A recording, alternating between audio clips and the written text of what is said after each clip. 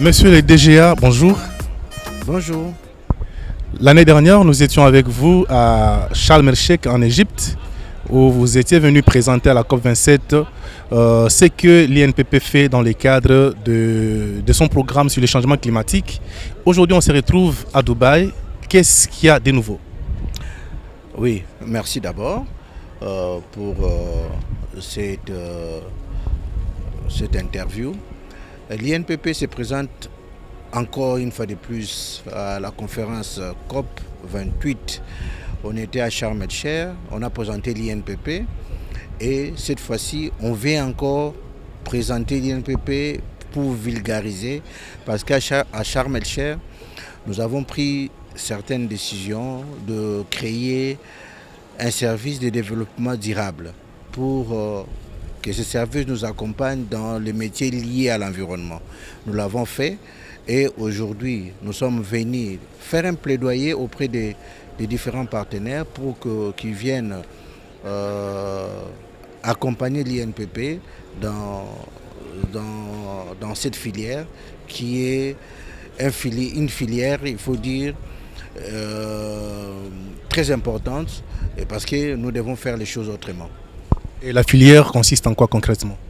La filière consiste à promouvoir les métiers divers, c'est-à-dire les métiers liés à l'environnement. Mais comme on ne peut pas parler des métiers sans formation, nous disons que nous nous positionnons, nous l'INPP, à former le personnel des entreprises, qui vient des entreprises, dans ces différents métiers verts et de former aussi la population parce que nous avons deux formes de formation.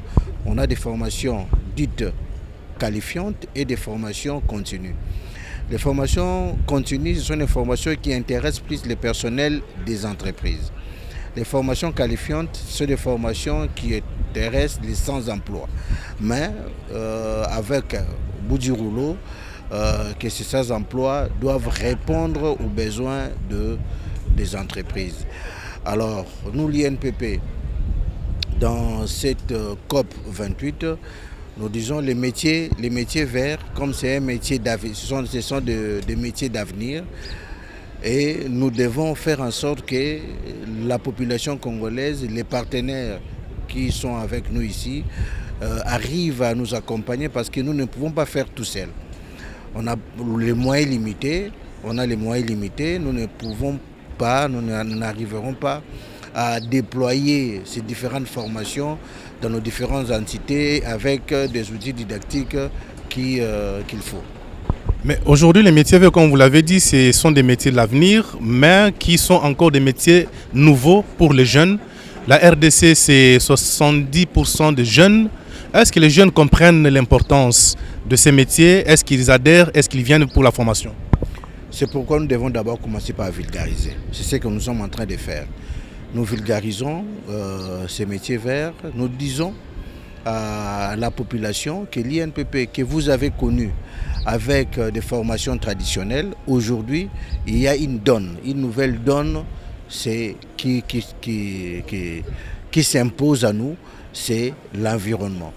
Alors, pour faire face à ça, il faut que les jeunes pensent à venir suivre des formations à l'INPP pour qu'ils soient à même de répondre à ces défis qui voient le jour.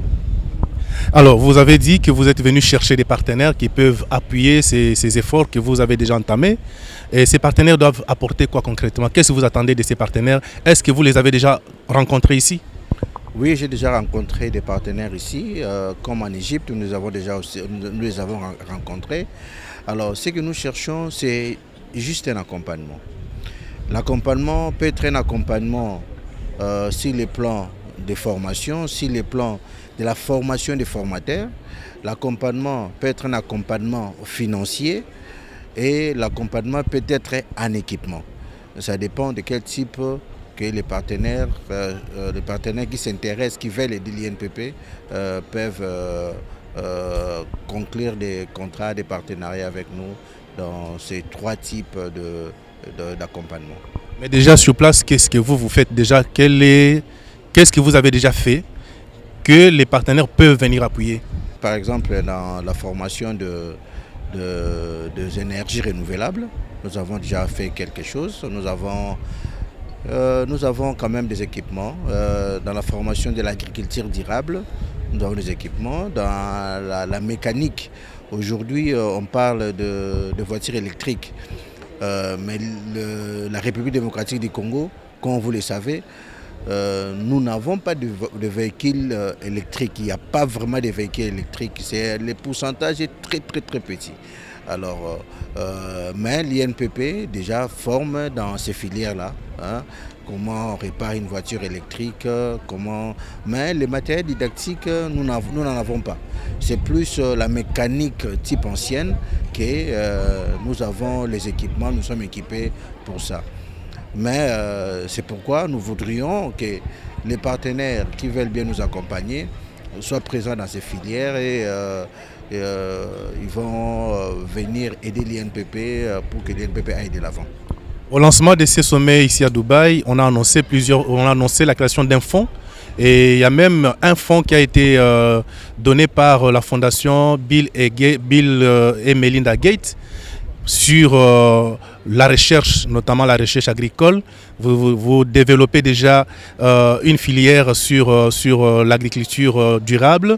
Est-ce que vous avez déjà pensé à un projet ou bien vous envisagez peut-être des mécanismes pour pouvoir tirer profit de ces fonds qui existent déjà, qui sont déjà été lancés ici? Oui, effectivement, l'INPP voudrait qu'avec ce qui est lancé ici à Dubaï, que nous montions un projet. Nous montons un projet que nous allons présenter à Melinda Bill Gates au niveau de Kinshasa. Si les projets accrochent, nous serons heureux d'être accompagnés par ces structures. Bonjour monsieur. Bonjour. Pouvez-vous vous présenter s'il vous plaît? Je suis M. Gogo David Kibila Nsimba. Je suis sous-directeur provincial de l'INPP à Kisangani. Et ici à la COP, je suis comme expert de l'INPP. J'accompagne le directeur général adjoint en tant qu'expert en matière de l'agriculture durable.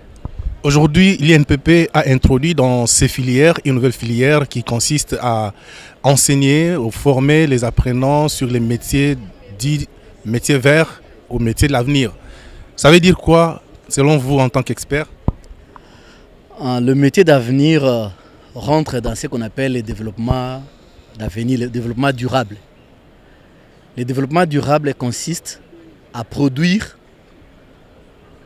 de biens dans des conditions respectant les normes environnementales, c'est-à-dire en quantité économiquement rentable et utilisant des ressources naturelles pour les générations actuelles ainsi que pour les générations futures. Alors, vous êtes expert en agriculture durable. Ça veut dire quoi l'agriculture durable? Ça consiste en quoi concrètement? L'agriculture durable est une agriculture qui utilise des ressources naturelles de sorte que ça puisse permettre à ce que les générations actuelles puissent manger, produire mieux, vendre mieux, consommer mieux, mais aussi que ce même objectif soit pour les générations futures. C'est-à-dire les générations futures aient aussi ces mêmes ressources. La RDC, c'est 80 millions de terres arables et on a l'impression que ces terres arables ne sont pas exploitées. Est-ce qu'il faut-il aujourd'hui penser à une agriculture durable, d'autant plus que nos terres ne sont même pas encore exploitées en ce moment ici? Bien sûr, l'agriculture durable présente des avantages triples. Premièrement, d'abord nous devons savoir que plus de 70% de la population congolaise est agricole. Plus de 70% de la population pratique l'agriculture pour vivre, comme métier. Mais cette agriculture-là ne doit pas se faire au détriment de ceux qui viendront après nous au Congo. Il faudrait que ces mêmes terres, ces mêmes climats, ces mêmes sources d'eau puissent être utilisées aussi par des générations, nos enfants, ceux qui viendront après nous. Si ce n'est pas le cas, ceux qui viendront après nous ne vont pas trouver des ressources nécessaires pour bien manger. Et l'INPP a déjà pensé à ça. C'est comme ça qu'il a mis en place des filières de formation qui apprennent à la population des nouvelles techniques leur permettant de produire en grande quantité et utilisant des ressources naturelles, de sorte que ces mêmes ressources soient aussi utilisées par les générations qui viendront après. Et comment vous analysez l'appropriation de cette filière? Est-ce que les gens sont intéressés? Est-ce que les jeunes viennent pour apprendre? Oui, depuis plus de 5 ans maintenant, l'INPP a introduit ces nouvelles filières dans l'agriculture durable. Les effectifs ne font qu'augmenter chaque année, que ce soit au nord Kivu, au sud Kivu, à Kisangani, province dans le Grand Katanga. Les effectifs de formés dans ces métiers ne font qu'augmenter. Mais comme vous le savez, plus nous formons un grand nombre de gens dans ces métiers, plus l'agriculture sera durable, plus la planète sera protégée. Quel est le mot que vous pouvez adresser aux jeunes? Aux jeunes... Parce que c'est votre cible, non? Oui, non seulement les jeunes, la population active. La population active concerne les jeunes, les travailleurs dans des entreprises, mais aussi des adultes. Parce que ceux qui pratiquent des métiers sont déjà des adultes, mais aussi des jeunes actifs. Nous leur demandons de contacter l'INPP à travers ces 45 centres de formation éparpillés à travers la République pour apprendre des métiers d'avenir. Plus nous avons des compétences, plus nous allons produire mieux, plus nous aurons à développer notre économie et plus le pays deviendra stable. On voudrait savoir aujourd'hui pourquoi l'INPP s'intéresse autant à ces questions de climat. D'autant plus que par le passé, les questions de la formation ne s'est limitées qu'aux formations classiques. Oui, l'INPP en tant que structure étatique du ministère de l'Emploi, Travail et Prévoyance sociale, c'est une entreprise de formation. C'est un établissement qui a pour mission la formation de la population active. Cette qualification de la population active passe par la formation professionnelle. Mais maintenant, dans les contextes actuels, le monde du changement climatique, c'est un monde qui touche tout le monde. Et pour préserver l'environnement, pour préserver les futurs, nous devons, nous en tant qu'INPP aussi, chercher à adapter notre offre de formation par rapport à ces contextes. C'est pourquoi avec les experts qui sont dans les domaines de l'agriculture, dans les domaines des énergies renouvelables, ceux qui sont dans les domaines des constructions durables, tout cela, ce sont de métiers porteurs d'emploi. Et nous, en tant qu'INPP, nous devons contextualiser notre offre de formation par rapport à cette réalité. C'est pourquoi l'INPP se retrouve aujourd'hui pour essayer de voir, au regard des circonstances actuelles, comment nous devons intégrer tous ces métiers verts dans notre offre de formation. Mais j'ai l'impression que vous êtes venu chercher des partenaires ici, à Dubaï, et pourtant, à Kinshasa, on a l'impression aussi que vous ne cherchez pas assez de partenaires. Vous pensez que les partenariats doivent être seulement à l'extérieur et non à l'intérieur du pays? Non, les partenaires sont partout. Les partenaires sont à l'intérieur, tout comme à l'extérieur du pays. Ici, c'est un cadre international, c'est un forum international qui regroupe tous les bienfaiteurs, tous les donataires, toutes les personnes de bonne volonté qui sont en train de voir comment protéger notre environnement. Et dans ces cadres-là, l'INPP ne peut pas être en marge. L'INPP doit venir voir au-delà de l'offre de formation. Nous pouvons aussi contacter des personnes qui peuvent voir comment ils peuvent nous intervenir à l'INPP. Nous avons besoin des infrastructures, nous avons besoin des équipements, nous avons besoin de formation, des spécialités pour former et pour mettre à niveau nos formateurs. Et cela n'empêche pas qu'au-delà de partenaires que nous avons, qu'on vienne en chercher si c'est possible. Et on ne peut pas bloquer les processus. La recherche des partenaires, c'est tout à fait normal, mais notre objet principal, c'est voir comment intégrer le métier divers dans notre offre de formation. Mais ici à Dubaï, justement, dans un forum international comme celui-ci, il y a notamment l'aspect de la vente de vos idées qui doit être bien pensé. Est-ce que vous y avez travaillé et comment vous vous organisez pour que tout ce que vous avez comme projet soit vendu aux potentiels preneurs qui peuvent vous accompagner demain?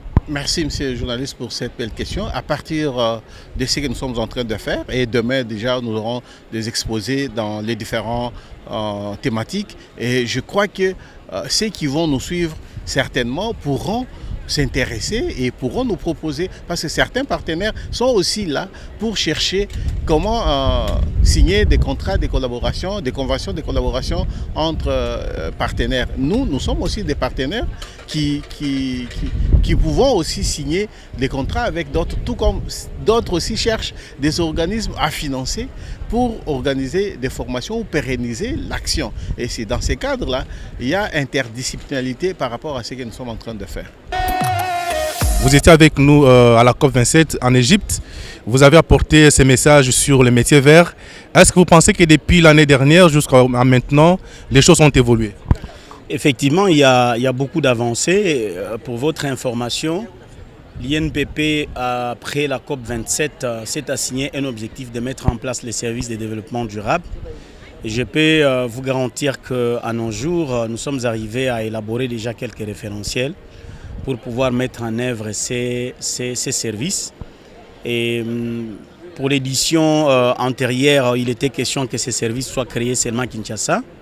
Mais maintenant, ça sera créé à Kinshasa, à Kisangani, par rapport aux métiers liés à l'agroforesterie, ainsi que dans les grands Katanga, par rapport à la thématique de la valorisation des déchets miniers. Donc, valoriser les déchets miniers, ça renvoie à quoi concrètement? Alors, il faut dire que le secteur minier, c'est un secteur porteur du développement dans notre pays. Mais il faudrait également voir dans quelle mesure viabiliser ces secteurs par rapport au niveau des pollutions. Donc les mines génèrent certains déchets et nous, notre stratégie, c'est de capitaliser, de valoriser ces déchets par la formation. Donc nous allons commencer à former des spécialistes en termes de valorisation de tous ces déchets dans les secteurs miniers. Et quand vous dites valorisation, qu'est-ce qui sera fait concrètement? Ça veut dire c'est la transformation. En quoi? Un exemple, il y a des déchets par exemple des déchets métalliques et donc au lieu que ça soit jeté au sol, ça détruit les sols. Ces déchets nous pouvons les prendre, les recycler et puis fabriquer autre chose. Il y a par exemple les débris de cuivre qu'on peut transformer en câble. On peut faire le fil VOB ainsi de suite. Donc il y a beaucoup de métiers qu'on peut générer dans ces domaines. Le plus important ici, c'est de donner du travail. Et le travail, on peut le créer même dans ces secteurs qui n'est pas régulé, qui n'est pas pris en compte dans notre pays. Mais pourquoi avoir jeté votre dévolu sur les Katanga ou sur les déchets miniers, d'autant plus que la ville de Kinshasa est pourrie ou polluée avec les déchets plastiques? Cela n'est pas aussi une filière que vous pouvez développer? Non, écoutez, lorsqu'on parle de déchets, c'est vrai, d'une manière spécifique, ici, dans le cadre de cette COP, on va parler des déchets miniers, mais nous avons des filières. N'oublie pas aussi que les déchets plastiques sont les plus polluants aussi parce qu'ils dégagent à la fois des gaz, ainsi de suite. Mais effectivement, parmi les types de déchets qu'on trouve dans les secteurs miniers, il y a aussi les déchets plastiques. Vous avez posé la question par rapport à la ville de Kinshasa. Je pense que l'INPP a un programme dans ce sens sur la valorisation, le recyclage, la transformation de toute forme de déchets. Eh bien, on commence toujours quelque part. Mais c'est ça notre vision, c'est d'accompagner notre pays sur la thématique de l'assainissement dans toutes ses formes. Comment l'INPP s'organise ici à la COP pour trouver des partenaires qui peuvent porter cette vision? L'INPP a présenté son offre de formation, mais dans le cadre de la COP28 avec des spécialités liées aux questions du changement climatique. Parce que ce qu'il faudrait savoir, c'est que on ne parlera jamais de la durabilité, de la stabilité environnementale si on ne fait pas du secteur environnemental un secteur créateur d'emplois. Et c'est ça notre cheval de bataille. Nous sommes ici en tant qu'organe technique du gouvernement congolais pour appuyer notre gouvernement à voir dans quelle mesure nous pouvons créer une zone d'employabilité qui va dans le cadre du secteur de l'environnement, mais ainsi que le développement durable d'une manière générale. Merci. C'est moi qui vous remercie.